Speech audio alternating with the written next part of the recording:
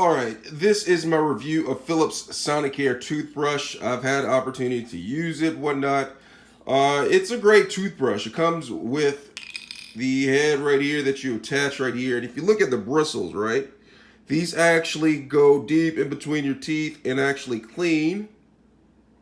They actually clean out really well. Get a lot of crud and whatnot from out in between your teeth. So the bristles are really good. One other thing I like about it is you can change the intensity. Okay, you see that? This indicator light goes from 1 to 3, and it actually changes the intensity. I'm going to be quiet for a second so you can hear, okay?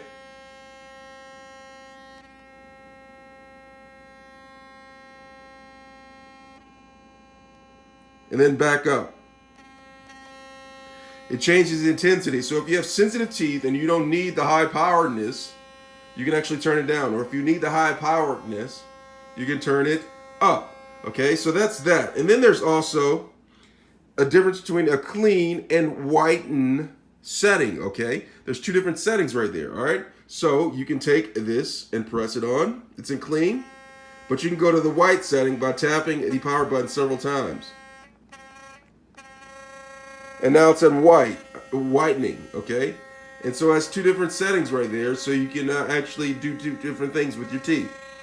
All right, and that's my review. So it does pretty well. The toothbrush lasts about 3 months, 3 or 4 months given. And you have to replace it with a replacement toothbrush that you can get. They're kind of expensive, but it actually does a good job cleaning your teeth. Now, that's my review on this. Also, the charging. You just simply set it down on the charger and it charges, okay? And typically the charge will last me about 7 to 10 days. Sometimes longer, depending how long I had my toothbrush. But it's simple like that. So it's a great toothbrush.